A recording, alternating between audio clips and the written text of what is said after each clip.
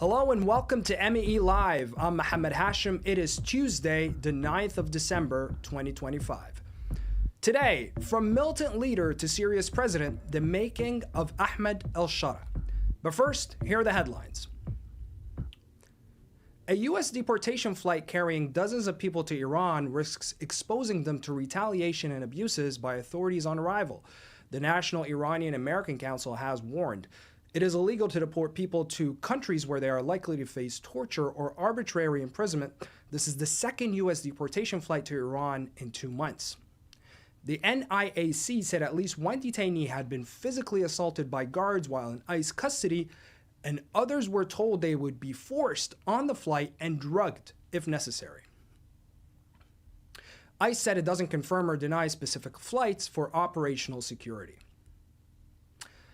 Qatar, the US, and Israel held a meeting on Sunday to rebuild relations after Israel conducted illegal airstrikes in Doha in September. U.S. envoy to the Middle East, Steve Witkoff, hosted the meeting in New York with a senior Qatari official and David Bernia, head of Israel's intelligence agency Mossad. It comes as several reports show preparations are underway for Phase 2 of the Gaza peace process.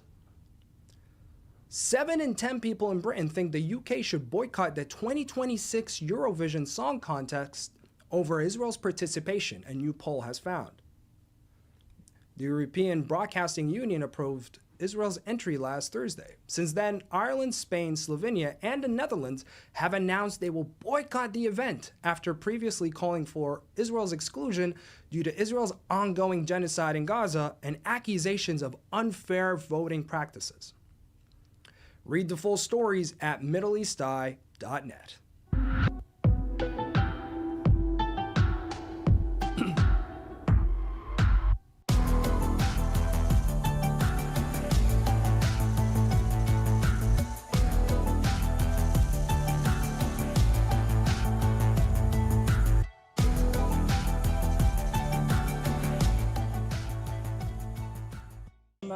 أنا وعائلتي بكل فخر الحمد لله عم نحتفل بالذكرى الأولى لتحرير سوريا، ويعني أجواء فرح وسعادة وفخر وأمل كمان بكل شيء قادم إن شاء الله رب العالمين. A country in celebration. For the past few days, Syrians have been raising the revolutionary 3-starred flag to mark 1 year on from the end of President Bashar al-Assad's brutal regime.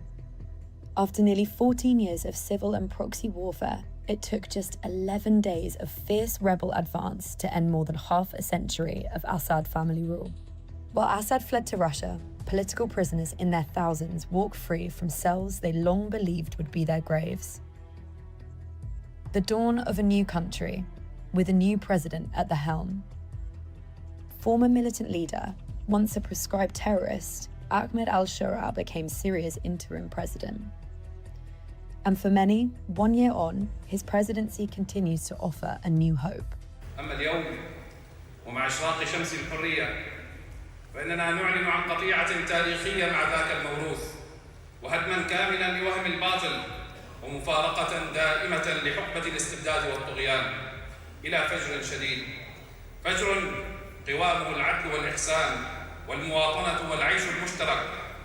Yet the last year has been marked by tumultuous lows as well as unprecedented highs as the country struggles through transition. A divided Syria, still battling to escape cycles of sectarian violence, with rebel groups often at odds over Syria's future. External threats are no less pressing. Israel occupied swathes of Syrian territory after Assad fled, and strikes on the south have kept borders tense and volatile. Diplomatically, however, Syria has moved with surprising speed. Within weeks of Assad's fall, Saudi-hosted talks forged a new regional consensus. Assad was gone, and the immediate priority was to prevent Syria's complete collapse. For the first time in history, a Syrian president entered the Oval Office, cultivating what officials now describe as a close working relationship with US President Donald Trump. We want to see Syria become a country that's very successful, and I think this leader can do it. I really do. I think this leader can do it. And people said he's had a rough past. We've all had rough pasts. but he has had a rough past, and I think, frankly, if you didn't have a rough past, you wouldn't have a chance. But while the country celebrates, Syrians continue to confront a long road ahead. A country still healing from the brutality of war, but without the cruel and crushing weight of the Assad's regime. Now, thanks to MEE reporter Izzy Maple for that piece. And as we've just heard, Ahmed al-Sharaa has demonstrated a remarkable diplomatic shift the past year. He was the first Syrian leader to address the UN General Assembly in almost 60 years, the first to participate in the COP climate conference ever, and the first to visit the White House since Syrian independence in 1946. He's forged new diplomatic relations with Ukraine and Kosovo, welcomed the UN Security Council for its inaugural visit to Syria, and seen sanctions against his country lifted. But 5 years ago, the story was very different. Confined to Idlib, the last remaining rebel stronghold in Syria, and facing a Russian-backed offensive by Syrian government forces, Ahmed al-Sharaa, who was then known as Abu Muhammad al-Julani, appeared all but defeated. To some, he was already a pariah in the eyes of both the US and Russia. But in 2024, the 43-year-old launched a rebel operation from the north of Syria, which overtook Aleppo, Hama, Homs, and eventually the Syrian capital, toppling the Assad government. Al-Sharaa has dropped his name de Gur and became the interim president of the Syrian Arab Republic. Following his long time in armed groups such as Al-Qaeda, this change has been stunning. Al-Sharaa is now being embraced by world leaders. He appears publicly with his wife, has trimmed his beard, and swapped his turban and thobe for a suit and tie. So how did this transformation happen? And how did Abu Muhammad al-Julani go from a militant leader to Syria's interim president? Now, MEE's Turkey bureau chief has reported on how Turkey played a key role, and he's joining us now to make that case. Ragip Soylu, welcome to MEE Live. It's good to have you. Pleasure to be with you. Good to see you, Ragip. Now, just before we even get into it, can you tell us about the general overview of how Turkey helped Ahmed al-Sharaa rise to power? It's a combative relationship. Like, you shouldn't get the feeling like Turkey had the magic key and turned him or transformed him in something that he wasn't. He had a combative relationship. He basically fought against the factions that Turkey backed for so long in Idlib, and I think in time, for necessity, he understood that he needs Turkey to leverage his position. I mean, and for Turkey, it was clear that the Turkey-backed factions couldn't defeat him. And they also needed to change their, basically tactics to find a middle ground to meet him. But you shouldn't forget that at the time, HTS, being declared as a terrorist group by the UN Security Council, was also pursued in Turkey. The Turkish police would arrest suspected HTS members in Turkey as well. But out of necessity in Idlib, there started to be a practical relationship which developed further and deepened and basically opened the path for Sharaa to, transform himself with the engagement provided by Turkey. Turkey would, basically grant access to the foreign governments. Turkey would grant access to the humanitarian aid into Idlib. Turkey would grant access to the think tankers, the journalists that would basically engage with Sharaa and would give him a voice. And then he just basically gets this platform to say that, he's not a jihadi leader. He's just basically for Syria. His group is basically, focusing on what's going on in Syria rather than outside of Syria, because that was a problem with other extremist factions, like Al-Qaeda and ISIS. They had like a vision broader and deeper than Syria. And, this just...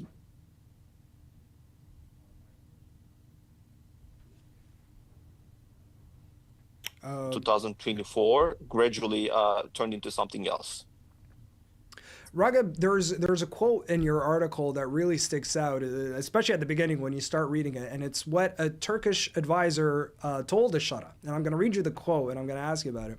So the quote is, "You are good looking. If you want to die, you'll be a handsome martyr. But if you want to live, you could be the ruler of Syria." Now, can you really unpack this one for me? It's just based on the conversations, like one of them, this close contact with Sharaa over the years. There has been a window of opportunity to convince him that, like if he wants to be more than in Idlib, if he wants to basically, control large swaths of land, he has to adapt himself. He has to basically transform himself, and he has to behave like he's just a someone that could give the image, that a vision that could be a ruler of Syria. That actually shows the depth of the relationship that Sharaa developed with Turkey in time. Because imagine if any other official in the region would be able to say that to him. I don't think so.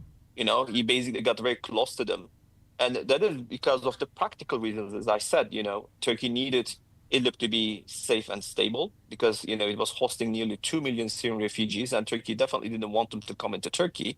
But for Sharaa, the Turkey is the only lifeline, and he basically proved himself by defeating all the other factions backed by Turkey, and to say that, look, I'm the guy who's controlling here. You need me. And beginning from 2019, and especially after 2020, it was very clear to Ankara that they have to work with Sharaa because they deployed 12,000 Turkish troops in Idlib area. And that practically results in the situation that Turkish soldiers are basically working day to day with HTS and Shara's men. And then you got in the Turkish intelligence also basically, a lot of necessity working with the HTS. That makes a really marriage of convenience. I'm trying to be really careful to say that, there are a lot of conspiracy theories out there, like, Sharaa HTS is not Turkey's creation. Sharaa had his own agency. It has its own goals and interests. You see that as a conspiracy theory, Ragip? You see that as a conspiracy theory?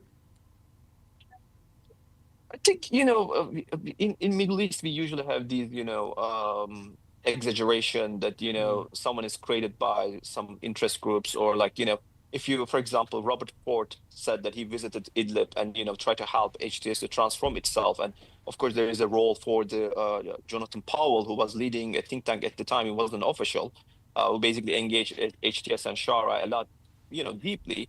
But it doesn't mean that HTS or Sharaa was a creation of a United Kingdom or the British government. But, all these parties played a role.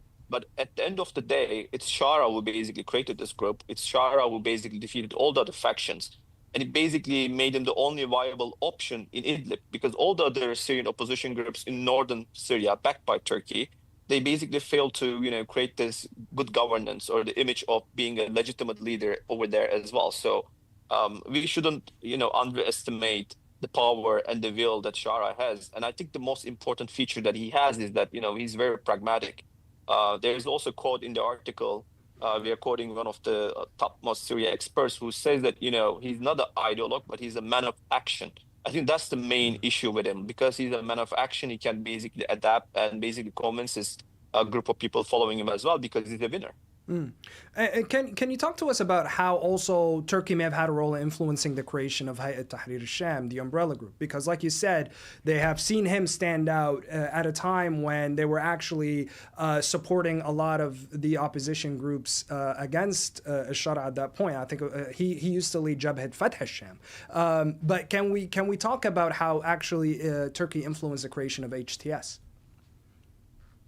It's very clear that Turkey supported Nurettin Zengi and Ahrar al-Sham against Jabhat al-Sham for a long time, and it becoming increasingly clear that they cannot basically defeat them, and they were dwindling.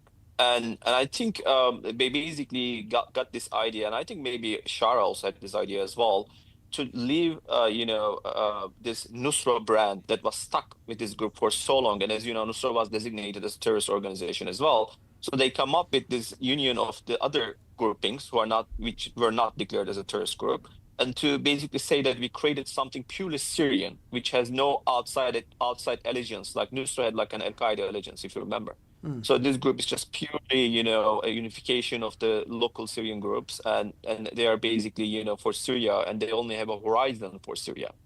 And then the next step was basically, as Nusra left Al-Qaeda, there was another, as you know, radical group called Huras al-Din, which basically provided allegiance to Al-Qaeda, and they become Al-Qaeda Syria, arm. So in order to basically make this break really clear, HTS was really influential and in very practical and strategic ways to discard and target this group. So they would know where they're located. Some of them were in Idlib, some of them were in the western countryside of Aleppo. And I think they provided intelligence to Turkey. And Turkey probably itself, there's like a controversy over there. It's clear to me as a Turkey observer that Turkey shared this intelligence with the United States government and the coalition. And some of these, targeted strikes over there against Ras al-Din group was basically thanks to Turkish intelligence. But there are others who say that, the coalition maybe got wind of this presence over there, but they were actually, doing their own thing. Doesn't matter. There was very clear that there was a fighting. They were basically clearly breaking with the Al-Qaeda. And it was basically a proof that they were doing that because they were killing Ras al-Din.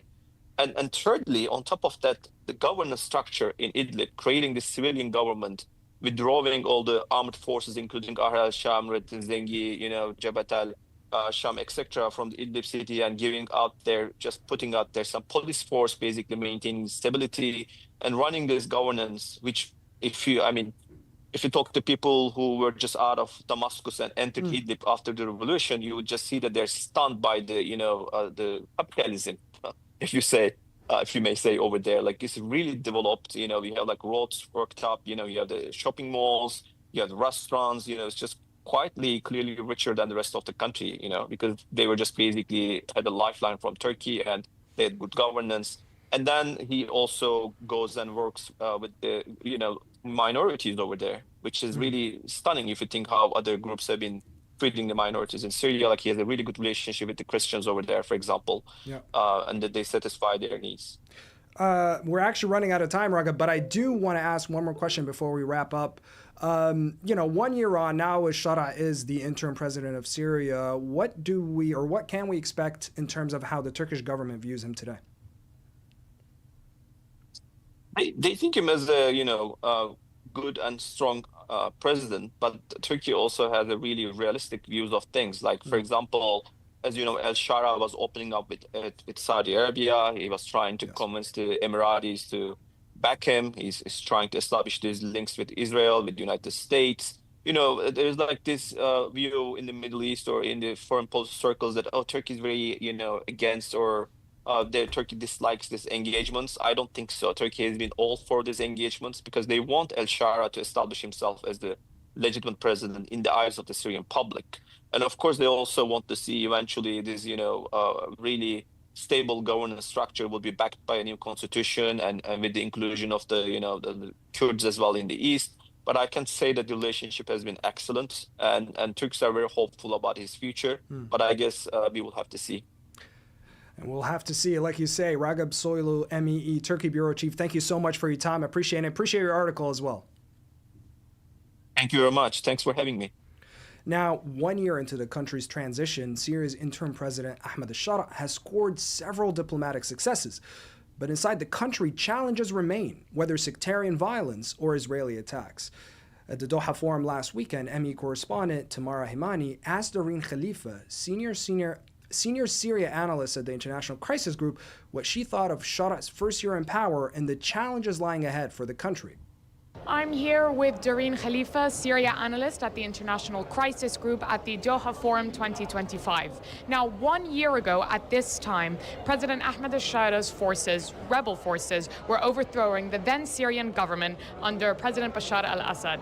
Today, the situation is very different, and the new president himself has spoken at the Doha Forum. So, Dareen, tell us, a year on from that astonishing rebel overthrow, how do you think Sharaa's first year in power has gone? I think it's been a remarkable year. I think also it's fair to say that when we were here last year at the forum, none of us had predicted the amount of progress that the Syrians were going to be able to make throughout this transition. So if you look at the diplomatic front in terms of their foreign relations, they've been able to break decades of isolation on the country. They've been able to remove almost all sanctions. Obviously, still some sanctions are lingering, but the amount of diplomatic push they've been able to do is really incredible. So on the domestic front, they've also been able to achieve a lot. So they've been able to maintain a lot of the government employees who have been working under the government structures. So they've been able to pay salaries, to deliver services. They attracted billions of investments. That said, massive challenges remain. Pockets of the country remain out of their control, specifically the northeast part of the country, but also the southern parts that are predominantly Druze. And I think the biggest single challenge the country is facing today is Israel. Israel has been very quick to act militarily against Syria since the fall of Assad. They've grabbed territory, they've struck vital infrastructure, including very close to the presidential palace, but also the Ministry of Defense. Since last summer, the U.S. has been able to mediate a ceasefire with Israel, and they've been trying to push for Syria and Israel to reach a security arrangement, but they haven't yet been successful, and it is something that is incredibly alarming, not just for Syria, but for the entire region, because everyone is concerned about a renewed Israeli escalation against the country that could potentially derail the transition entirely. How do you see that tension being resolved between obviously this very optimistic US and Gulf vision for Syria's development versus a lot more of a wary and aggressive Israeli approach to the new government? Do you see that being resolved in America's favor? Right. I think it is fair to say that the U.S. has been quite optimistic and very forward-leaning when it comes to its support to the Syria's transition and to the president and the foreign minister. The Israelis, however, are very worried of their jihadist past, and they're also concerned about a strong central state in Syria potentially turning against them at some point. So what we've been seeing so far is the U.S. has been able to bring in Israel to the negotiation table. So they've been able to kind of force their hands into talks. They've managed to secure a ceasefire last summer. And when you talk to the U.S., it seems like they're quite optimistic that they're going to be able to nudge the Israelis towards a deal of some sort. On the other hand, when we talk to the Israelis, they seem way more, more reserved and less optimistic about that deal. But we've seen in the past that when President Trump has his mind set on using his leverage against the Israelis, it can produce results. And obviously the Israeli incursions in the south are not the only challenge facing Shara's government. As you mentioned, pockets of unrest, some distrust between the central government and Syria's minorities. Economically, there's a lot of rebuilding to be done and a lot of investment needed. How do you see, 1 year in, how do you see the path ahead for this new government in terms of challenges, opportunities? We've had many speakers here be very optimistic. Do you share that optimism? I share very cautious optimism. I think, again, as I mentioned, Syria's new rulers have done really a remarkable job so far. But if you talk to Syria's minorities, and not just minorities, but secular liberal Syrians, pro-democracy and pro-human rights, they're all very concerned about the lack of inclusion in the process.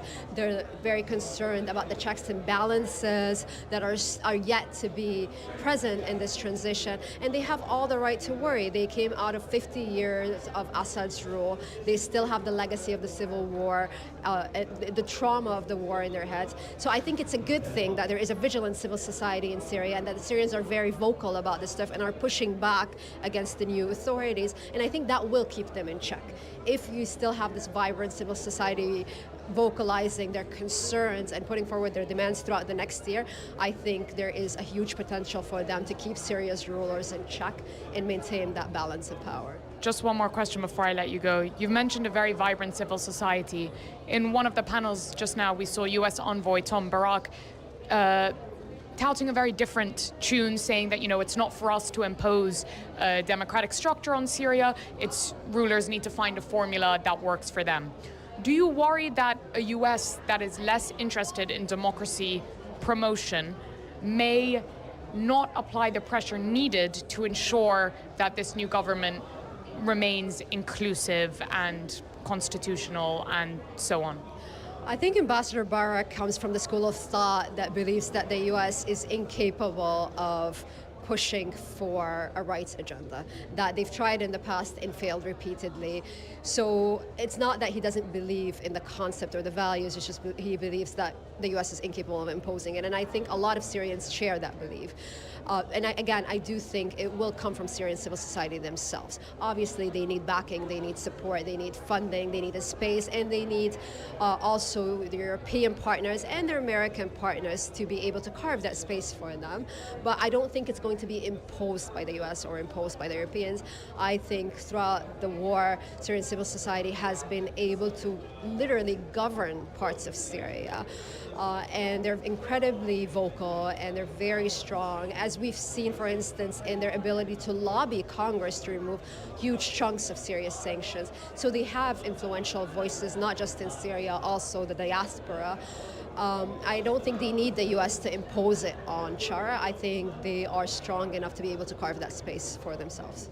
And a number out of 10 for how you would rate Sharaa's government? Oh, that's a tough one.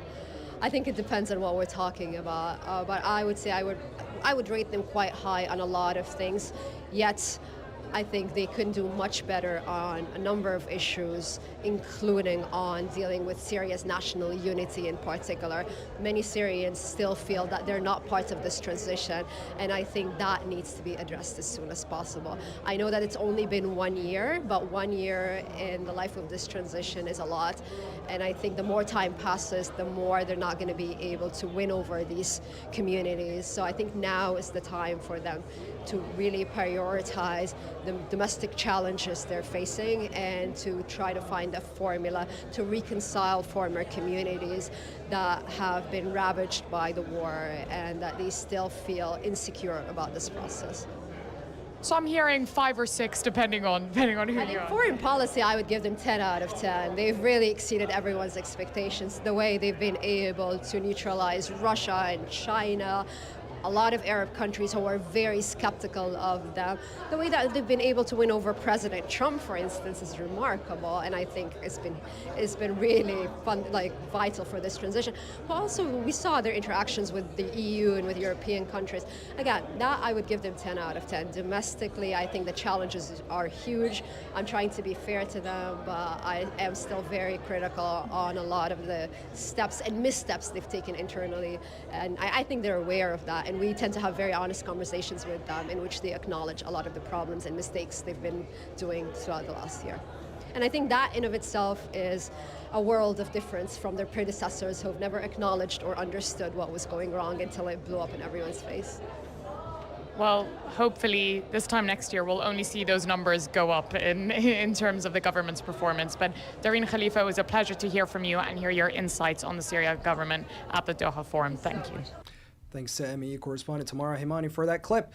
Now, as the country navigates a future without Assad, Syrians are still awaiting widespread change in the political system, economy, and security forces. Now, here to speak about those expectations and the country's transition is Syrian sociologist and contributing editor to the award-winning independent media platform al-Jumhuriyya. Sir, it's good to see you. Thanks so much for coming on MEE Live. Now, Yasser, my first question that I want to ask, look, we've been seeing a lot of celebrations, flag waving, fireworks on our social media, whether, I guess, jubilant people inside Syria or in the diaspora celebrating 1 year since Assad's fall. But can you tell us more about the sentiment?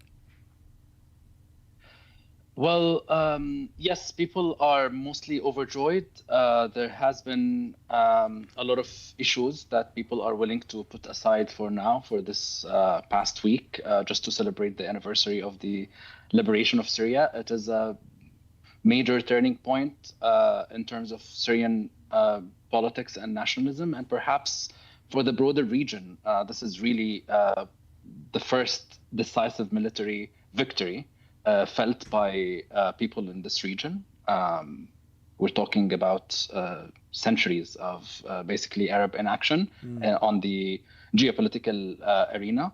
And at the same time, it has been a moral injury and political kind of paralysis. And everyone was taken by surprise.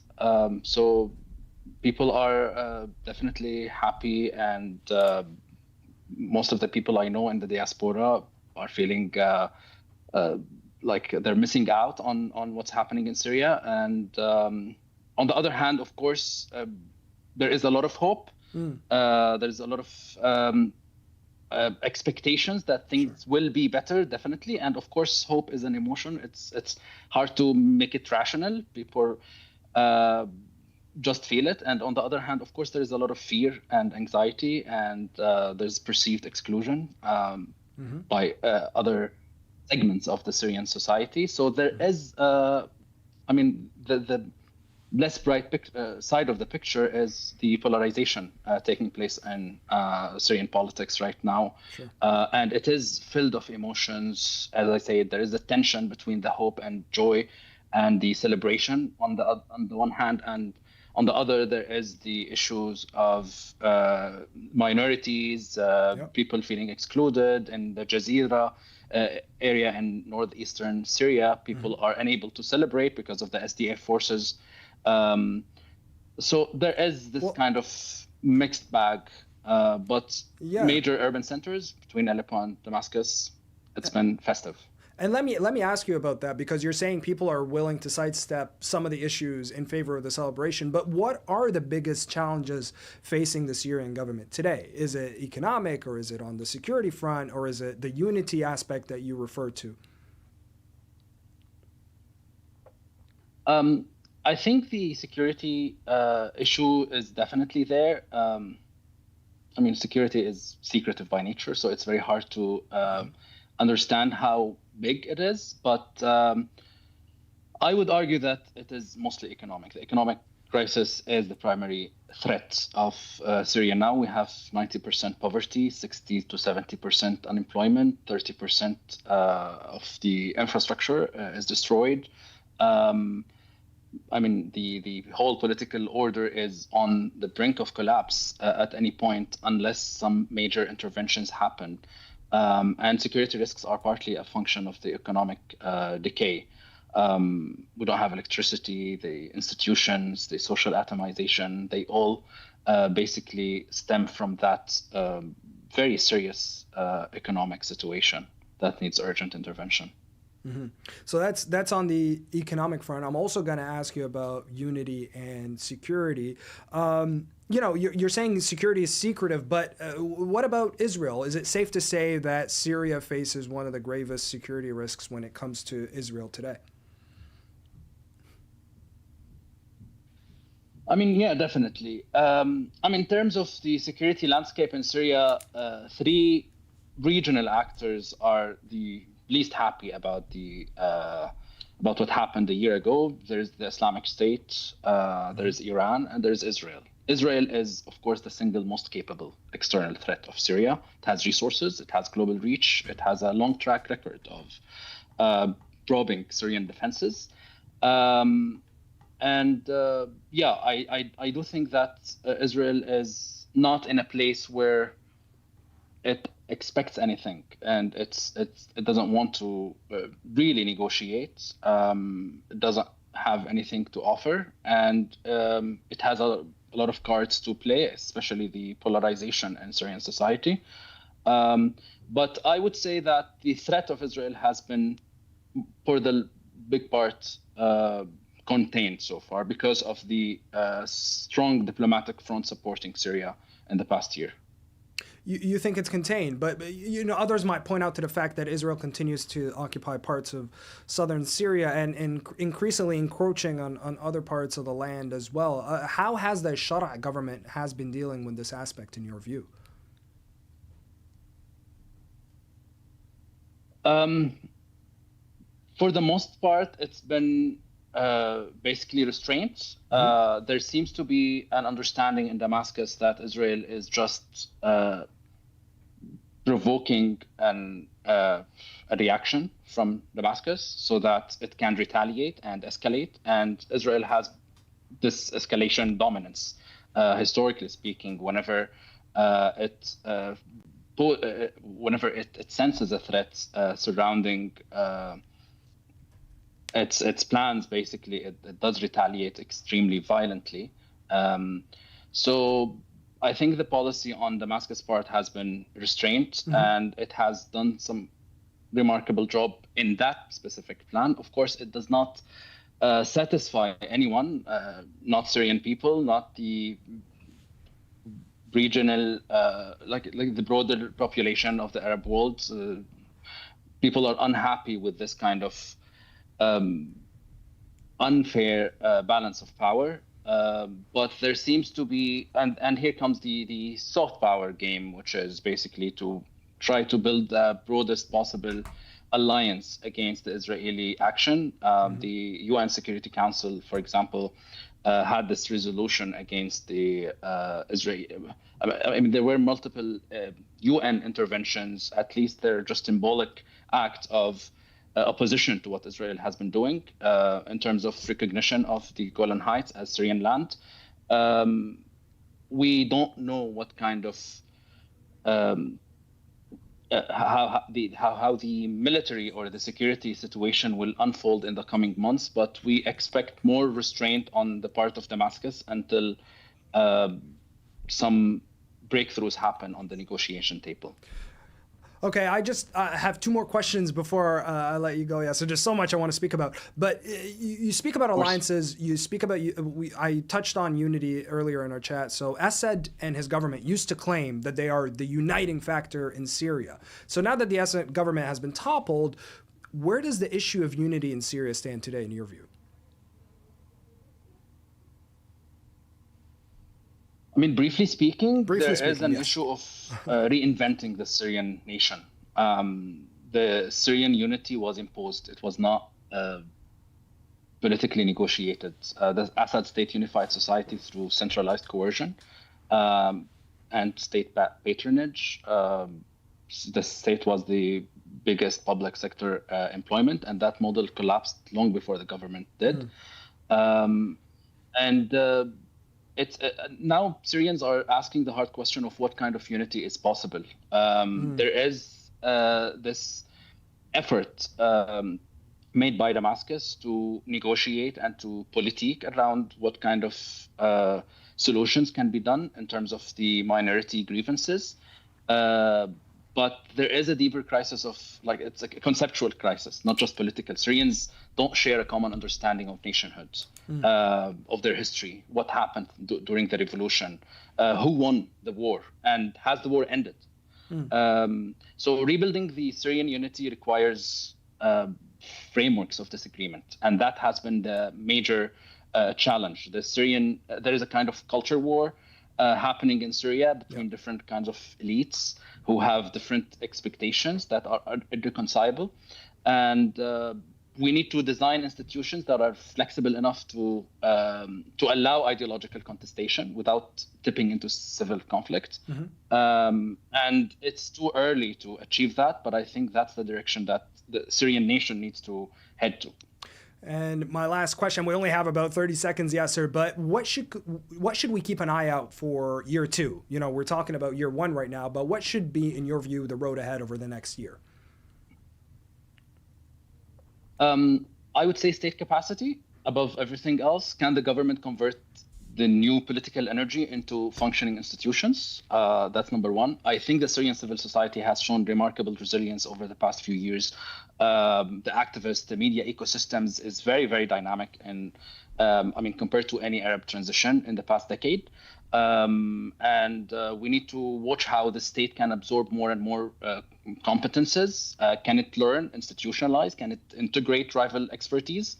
And also we need to watch the opposition elites. Do they have the ability to reorganize, articulate kind of constructive agendas? Can they engage the state while still keeping a distance? Can they be stable opposition, or do they remain in the merely cynical kind of paranoia about it? So it's about rebuilding the Syrian nation on both sides, the state and the opposition. We're going to leave it here. Yasser Al Zayat. So that's the biggest battle. Yeah. No, and I appreciate it, Yasser. We're going to leave it here. Yasser Al Zayat, thank you so much for your insight. I appreciate you coming on MEE Live. Now, for today, that's all we have time for. But before we lose you, we want to hear from you. Please send in your thoughts and questions to @MiddleEastEye on any social platform, or email meelive@middleeasteye.net. We'll be here at 5 p.m. GMT, noon in New York, every Tuesday and Thursday. See you then.